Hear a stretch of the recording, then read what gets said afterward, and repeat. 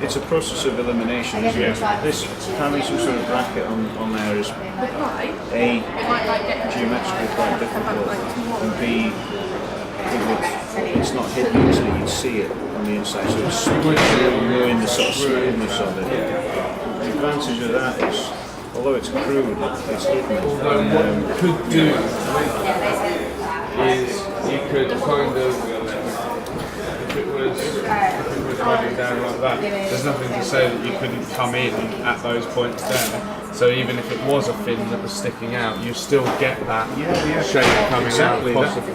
That's the advantage of having space, because it takes your eye away from any deviation. You know, I'm thinking if I mean that would definitely be.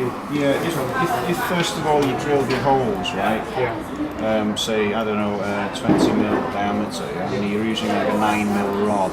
Yeah. Okay. Then you probably have trouble with some of them. Yeah. But then you could always just get the drill and make a big hole. You know what I mean? And get it to. Yeah. Yeah. I'm just worried about this and planning where we cut the sheets to actually get them on. It's fine. Again, it just means starting from scratch again, which is fine because we're going to kind of have to do that for my mental. Sure. Well, with this, I think we could do it. Obviously, an effort, but with this, try use a different layout, like what we've done, and kind of have. Because obviously, we're not gonna be able to cut the whole thing out. So,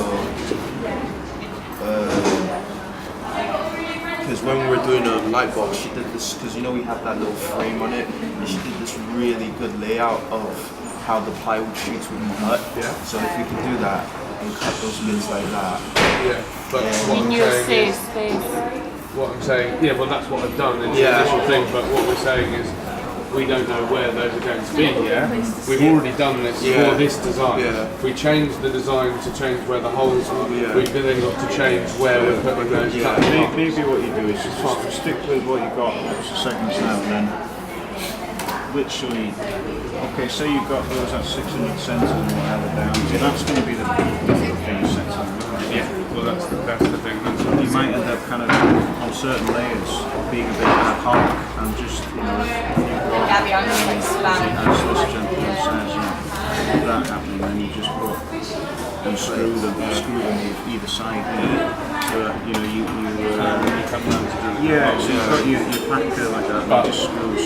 And then what happens if you get to the point of the hole goes straight through there? There wouldn't be a problem. I think this thing is really heavy, and it's circular. It's inherently very, very strong. Yeah. Yeah, so I'm supposed to like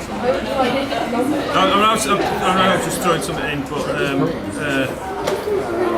if it's easy to get all the ply and it's cheaper, I mean, there's not that much difference between 90 mil ply and 25 mil ply. So for 90 mil ply, with bigger packers, would that help, or just more layers? I don't